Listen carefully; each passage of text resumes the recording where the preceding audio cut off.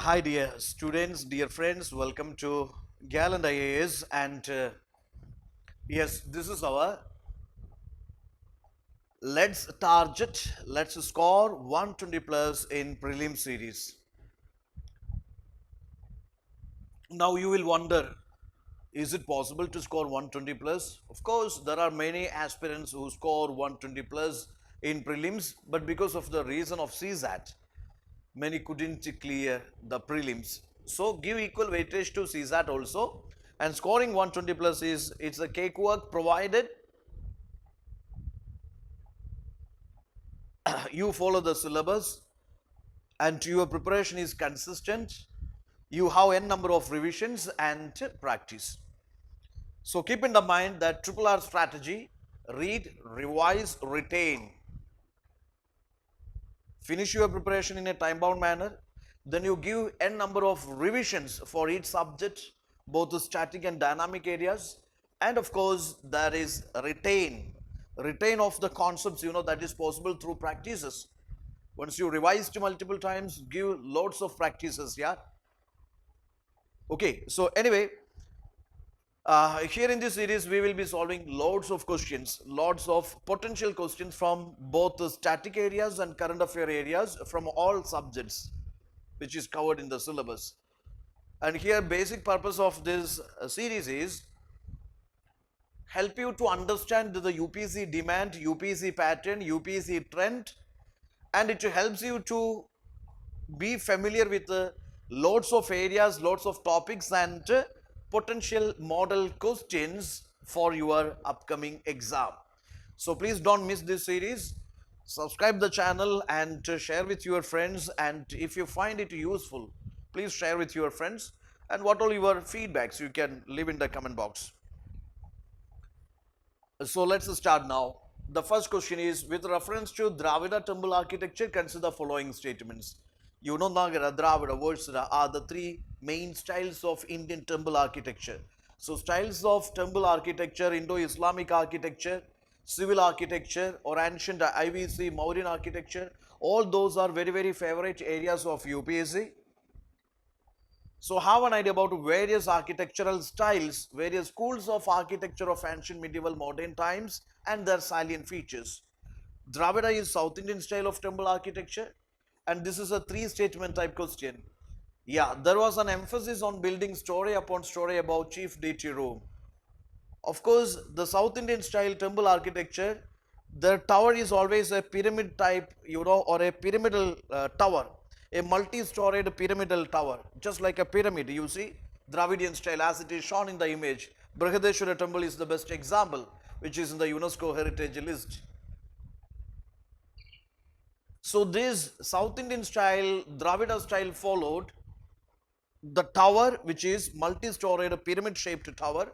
Then the tower is always built above the Garbhagriha, chief deity room, both in North and South Indian style.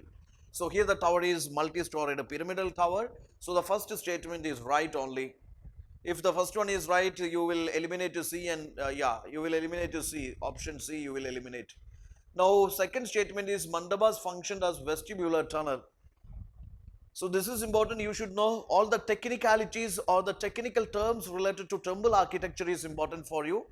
Not only temple architecture, Indo-Islamic architecture, the technical terms are important for you. Now here Andarala, the vestibular tunnel which connects, or that tunnel, that small passage, that is between the Garbhagriha and main Mandapa. Mandapa means it is audience hall where the devotees stand and worship. Okay. So in between that there is a small tunnel which is vestibular tunnel Andarala, and that is not Mandapa. Vestibular tunnel is Andarala. Okay. Mandapa means audience hall. So second statement is wrong. If second statement is wrong, straight away you will eliminate B and D also. Now you end up with the answer 1 only.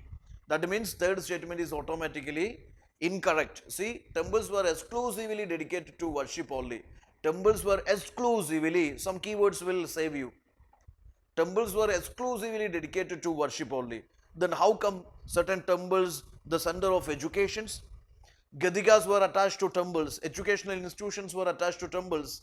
In Kanchipuram, Huyan Sang says there are some temples which were, where Gadigas are attached, educational institutions, mud, Gadiga concepts are there.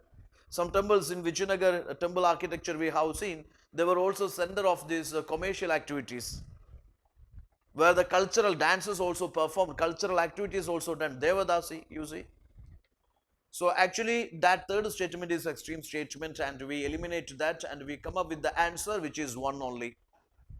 Moving on to question number 2. Mahajanpadas were a set of 16 kingdoms that existed in ancient India. In which of these Mahajanpadas famous city Ayodhya situated? So Mahajanpadas, go for the map here. Map is given here. When you study Mahajanpadas, try to understand the locations of Mahajanpadas.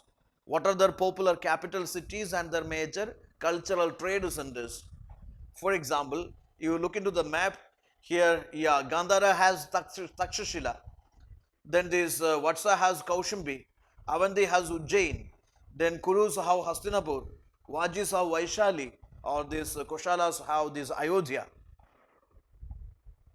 So the very popular trade, cultural centers and capital cities of Mahajanpada is important for you. Try to trace them in the map itself. So Ayodhya, that is part of this Koshala, that is situated in this Koshala. Then this Anguttara Nigaya, Buddhist Jain test say the traders and merchants from Ayodhya, they conducted trade with Suvarnagiri, Suvarna Bhumi, Southeast Asia. So go for it, map based questions you can expect. Megasthenes, who was the ambassador of Alexander, came to court of Chandragupta Maurya. See how the statement is, made it tricky here. Megasthenes was an ambassador of Alexander. It's a fact that Megasthenes visited and stayed at the court of Chandragupta Maurya, but he was not the ambassador of Alexander. Megasthenes was an ambassador. He was a Greek ambassador of Seleucus Nicator. Okay, Seleucus Nicator was that Greek governor general or ruler of this northwest. Okay, so see, Megasthenes was an ambassador of Seleucus Nicator, not Alexander, and this Megasthenes came and stayed at the court of Chandragupta Maurya, and Megasthenes' work is Indica. Second statement is, so first statement itself is wrong. Here they are asking for the correct one. So you know that first statement is wrong one. Look into the choices given here. B, C, D all contain 1. That means you will eliminate B, C, D and you will come up with the answer, which is 2 only, without solving second and third statement. So this kind of elimination you can apply. Arikemedu pot. Now you will ask me, sir, whether these are actually appearing in this UPSC. Yeah, just to solve the previous year's questions. So many questions are similar pattern. This is framed from UPSC mother question only. Okay, similar way UPSC has questions. Arikemedu port, which is situated on the eastern coast of India, was mentioned in Periplus of Arthurian Sea, which is absolutely true. Huansang visited India in the second half of 15th century. Huansang visited India in the second half of 5th century. No, it was Fahin who visited in 5th century. Huansang during Harshavardhana's time in the 7th century only. So third statement is wrong, first statement is wrong. Only correct one is 2 only. There is a question which is regarding Great Bath of Mohenjo-daro. Great Bath was large rectangular tank, no doubts. As it is shown in the image, large rectangular tank. Discovered in the lower town of Mohenjo-daro among other residential houses.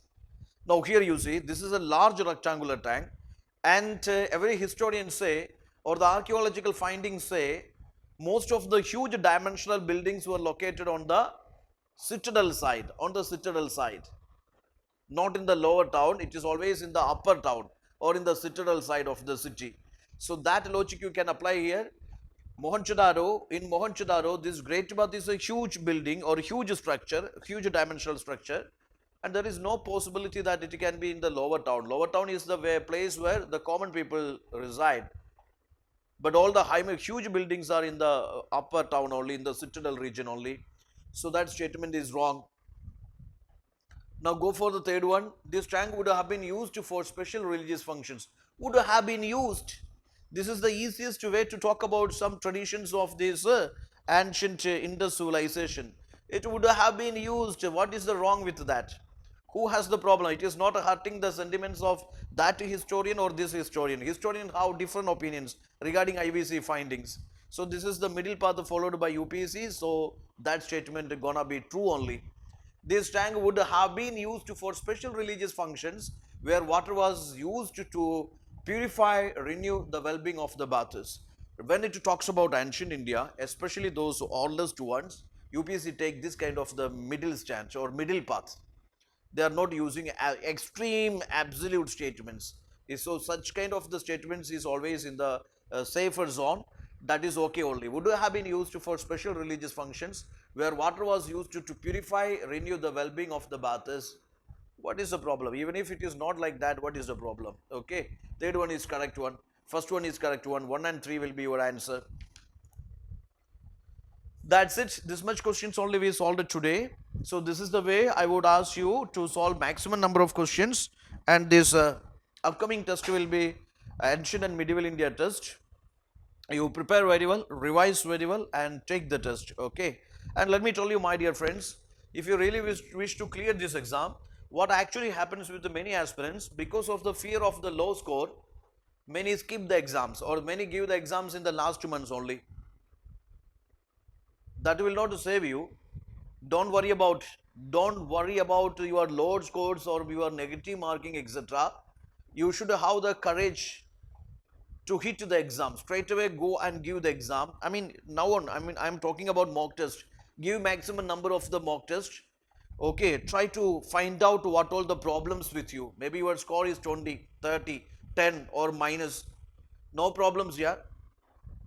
Just try to find out what are the actual problems with you. Your carelessness, or it is because of not understanding the questions well, or it is because of lack of conceptual clarity, or it is because of these silly errors or these factual errors, or it is because of like a time management issue. Try to find out and rectify.